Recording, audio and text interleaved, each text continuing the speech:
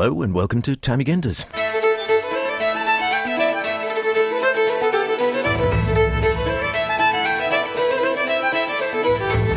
We're back for a little bit of a shorter series this time, just 3 weeks taking a look at some of the curiosities around the Isle of Man and also remembering one of our favourite broadcasters. There might be a challenge or two in there as well, eh? Well, I hope so, yes. I'll have to think of something first, though. That's the most important thing.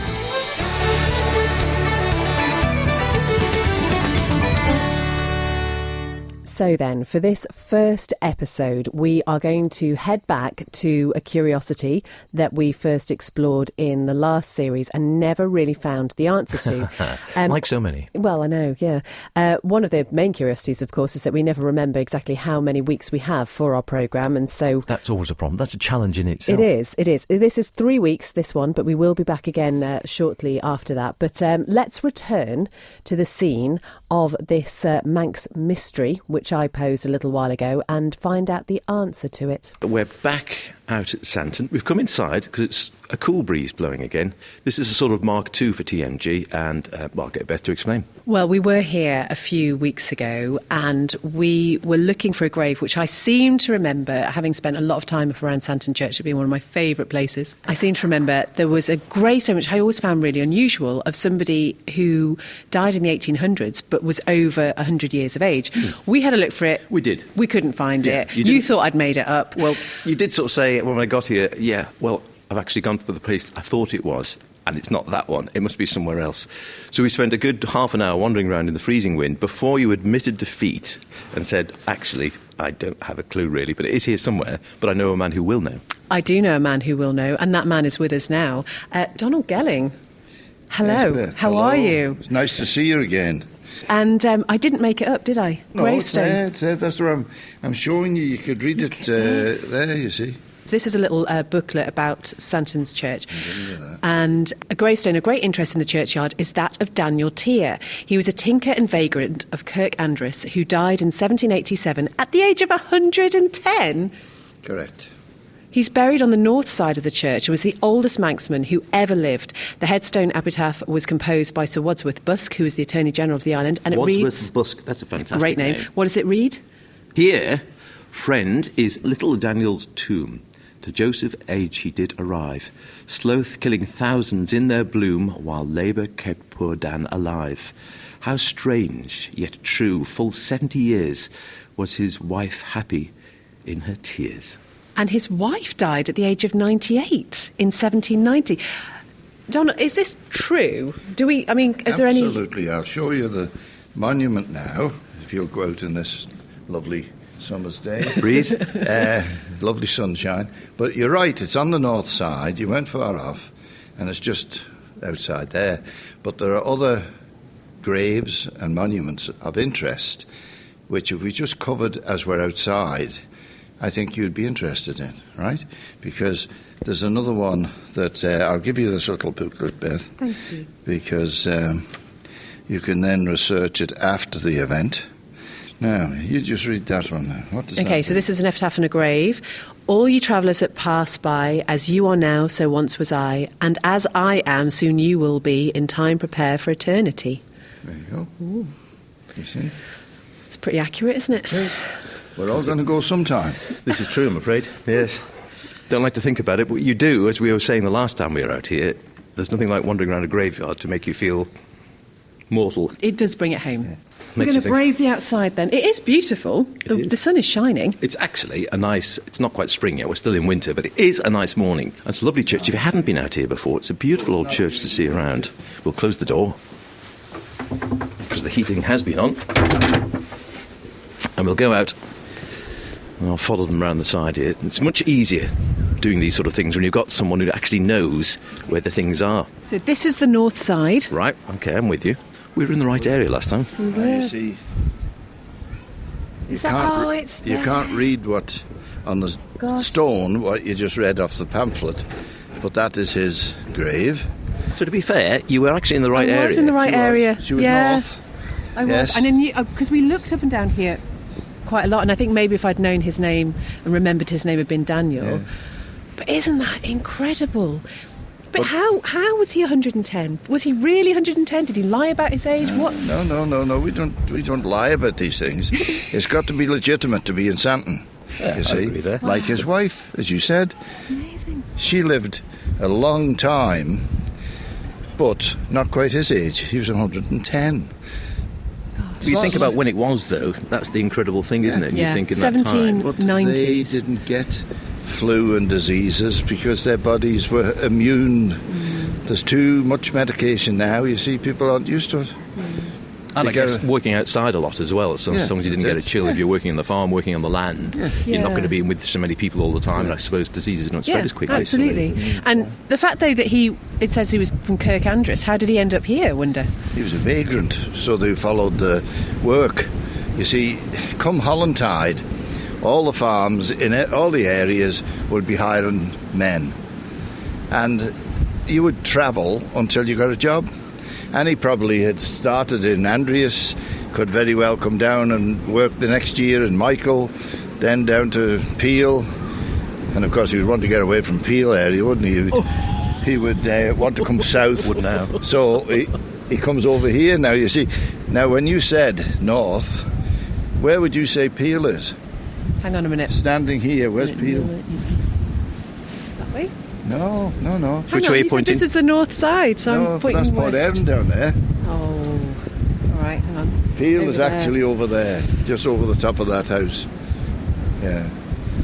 So I'm being tested too much here. The north wall, the east is always where the communion window is, and of course the door coming in is obviously opposite. So that's your west there, you see, west door. See, I failed the test there. If you have been looking at the Manx Radio Facebook page today, you will see that we've posted a photograph of part of Santon Church. It's just a corner.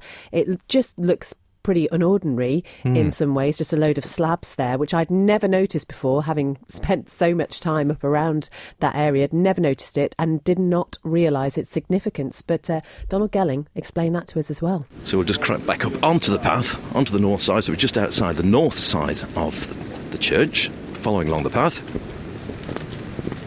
Into the sun, happily. That might warm things up a bit.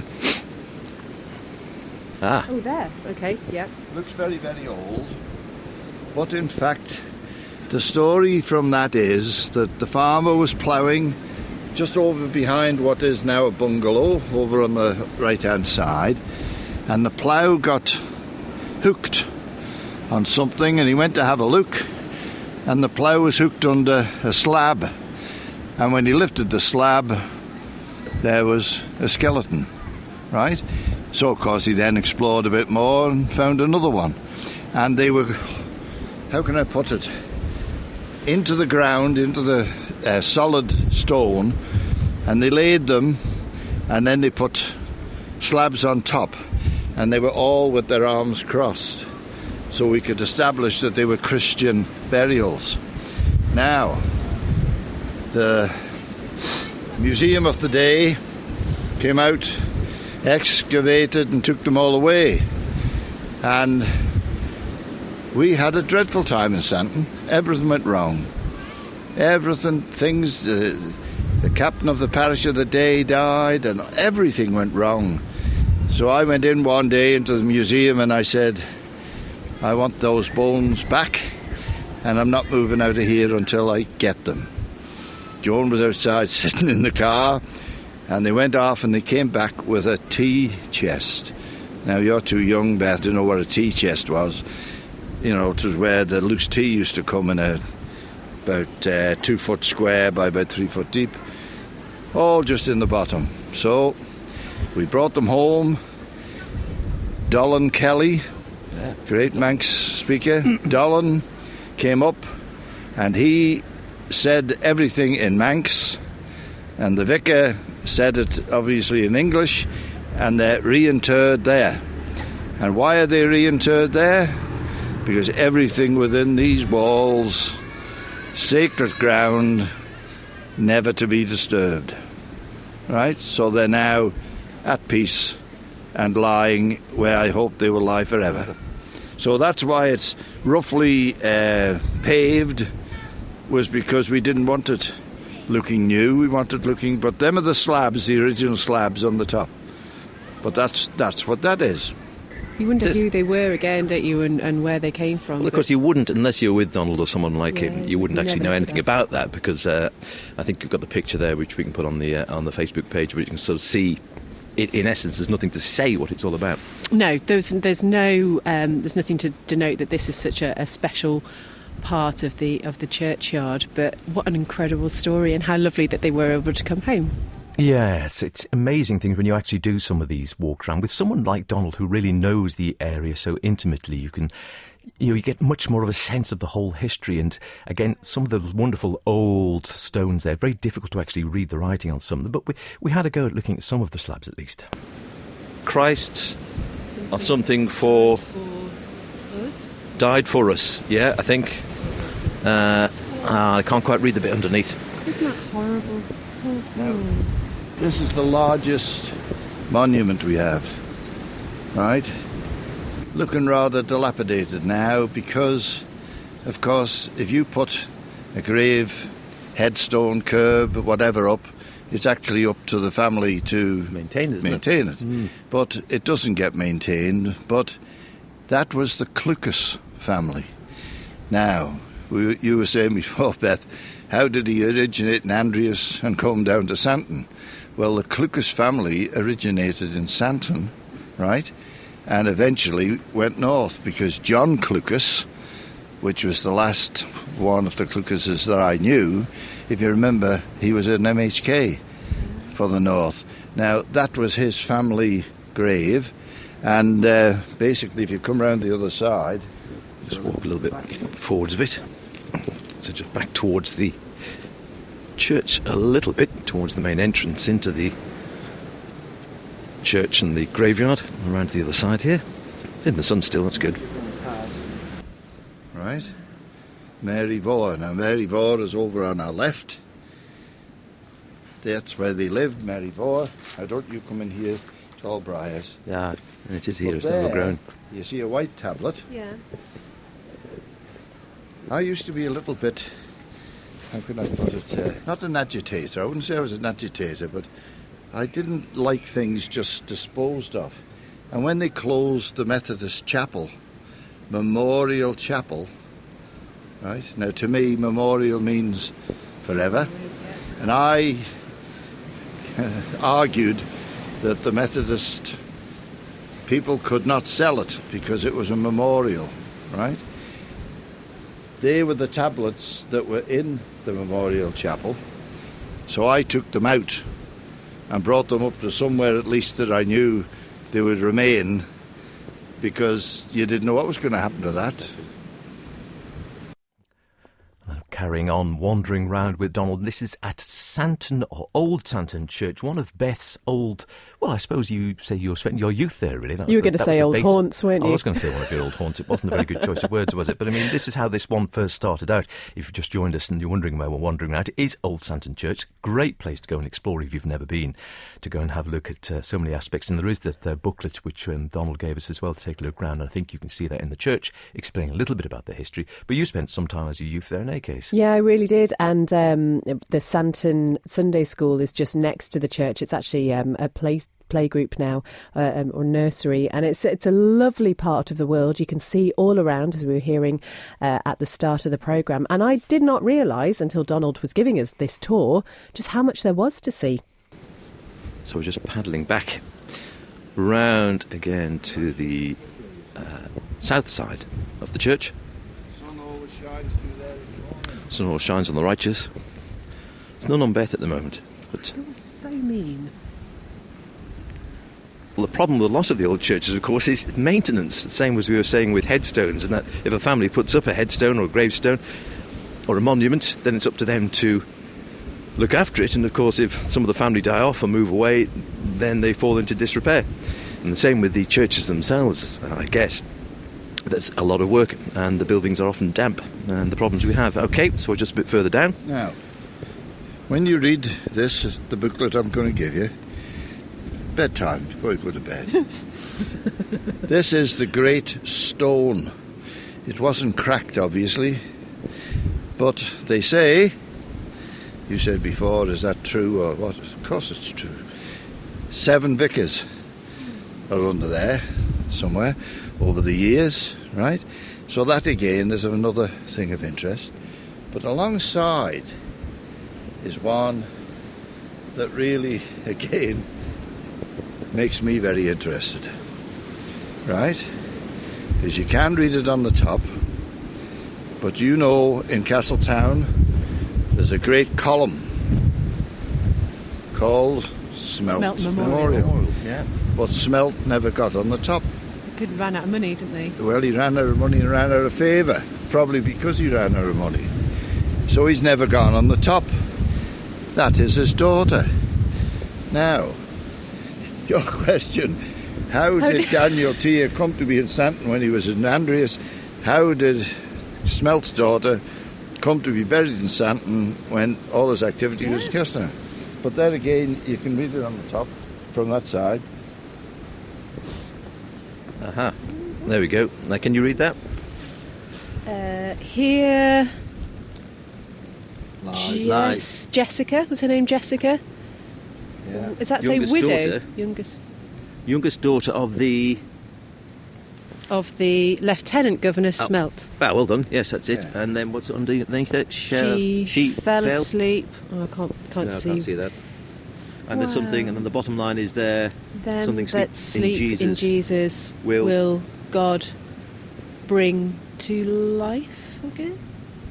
Can't quite read the end bit. Right. Now you see, that's covered in moss, different types of moss. Now, Professor Thrower, well, you've come across Professor Thrower. He lives on the left-hand side as you're going into Ballasalla, and his wife was Dr. Thrower. Dr. Thrower has died, and she's buried over there, but Professor Thrower is still there, and they spent literally hours and days up here in the churchyard. They were experts in... It was the lichens. Right? And they said, please don't take the moss off the headstones, because there were so many different types of moss. They were the most types that they'd ever come across. So I tend, that'd be easy to get a pumice stone or something and just run over the top, and you'll be able to read it. But we can't read it, only just, and if Beth can read it, anybody can read it. Eh? Well, that goes to prove now that's getting back to our original starting point now about the mortality and the sort of life coming full circle. I did a Manx radio programme, not Mee Gindys. I actually did it for Man in the Wild with Professor Stella Thrower, spending an entire programme in this churchyard going around, talking exactly about what Donald's talking about, saying what a wonderful place this was, one of the best on the island for many ways, for the types and numbers of lichens that you find on the walls, on the gravestones, on the headstones and such like. And I did an entire programme with her, which was incredible because she'd done a doctorate, I think, in lichens and such like, and was a real expert in that, and also in insects. And now she's actually buried, of course, in that. Beth, you see, It you is. said, now is that true? Yeah. Now you see, I didn't know any of that. Yeah. And Yeah. yet there it's all There it is. confirmed for you. That's Right, it. So that's another bit. Now you see, we're coming now in.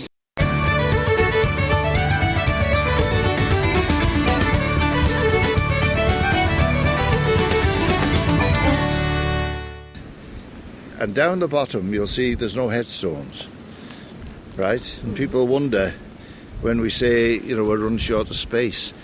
They were graves for those who could not afford to be buried.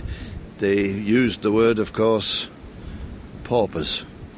But there was always a space that any person could be buried in sacred ground in the churchyard. So that space down there, that's why it hasn't got any headstones.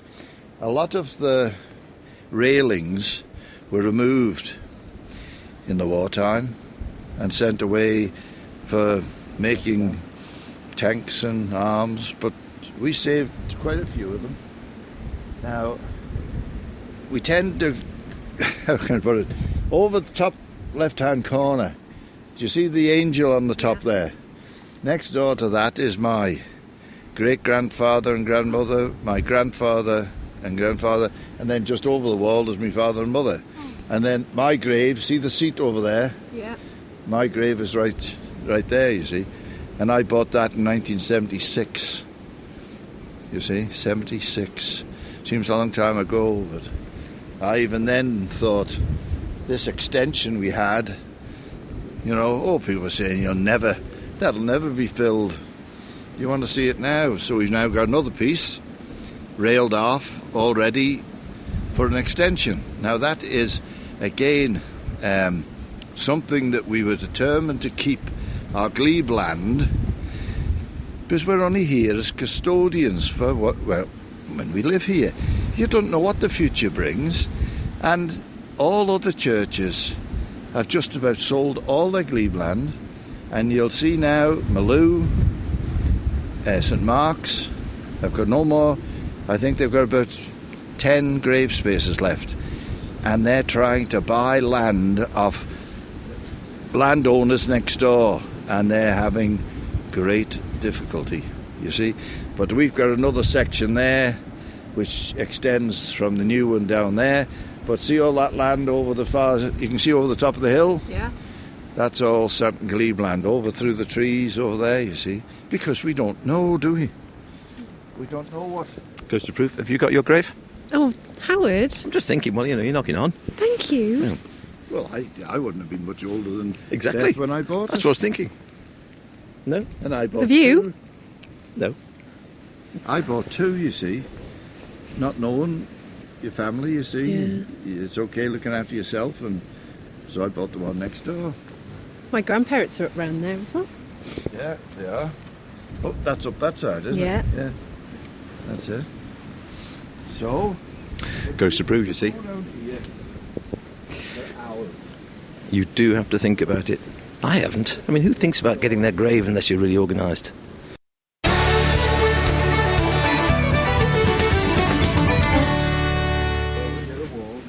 Right, I'm going to go back into the church briefly to end up this little tour today. So here we go, right back in again. Gosh, it suddenly feels incredibly warm in here. Thanks, stones. One. So I brought you back, as There you go. promised, and we found it. We did, So and I much was more. right. I was right. So it can just remains to thank Donald very much indeed Thank today you. for his time. I really appreciate it, and it's good to know. I mean, Beth was half right. We'll give her that. She was half right with where the stone was. Yeah. Give me 3/4. I give a 0.64. 0.64. That That's what sounds you normally get. exactly right, I would have said. Right, 0.64. I'll take that. This is Mee Gindys on Manx Radio. As we say, thank you so much to Donald Gelling, a fascinating tour around Santon. And this is Mee Gindys here on Manx Radio. If there's a curiosity in your local area that you think we should be investigating, do get in touch and let us know. But we've reached the part of our programme now where we normally take a look back in the archive.